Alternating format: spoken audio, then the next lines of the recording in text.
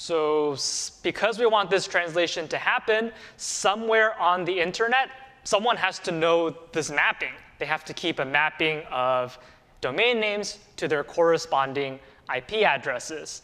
And the person who's going to be responsible for knowing these translations and giving them to users is a name server. So a name server is just a computer sitting on the internet like any other computer or server, but its only purpose in life is to receive questions about DNS and send back the answers. So it is just a computer like any other. It also can have a human-readable domain name, just like any other computer. It can also have an IP address, just like any other computer. The only difference is that instead of serving you videos or images, it is serving you nothing but DNS questions and answers.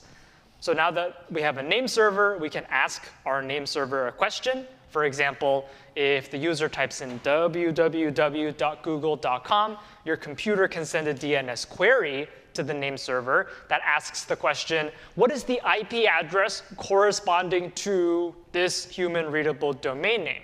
And the name server looks it up in their database and replies to you with the answer. The IP address of www.google.com is this sequence of numbers.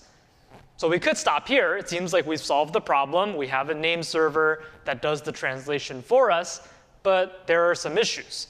One issue is that if we only have a single name server, that's going to present big scaling issues.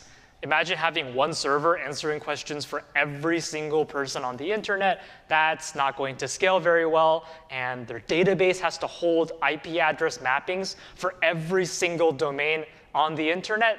That's too much. One name server can't handle that, and if that name server went down, the whole internet would be in trouble. So that's not going to work. So maybe your second thought is to have multiple name servers instead of one.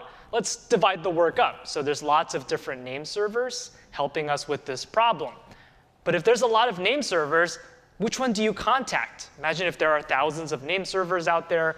How do you know which one has the answer to your question? So we're going to take the idea of name servers and slightly modify it to solve these two issues and make our design actually scalable.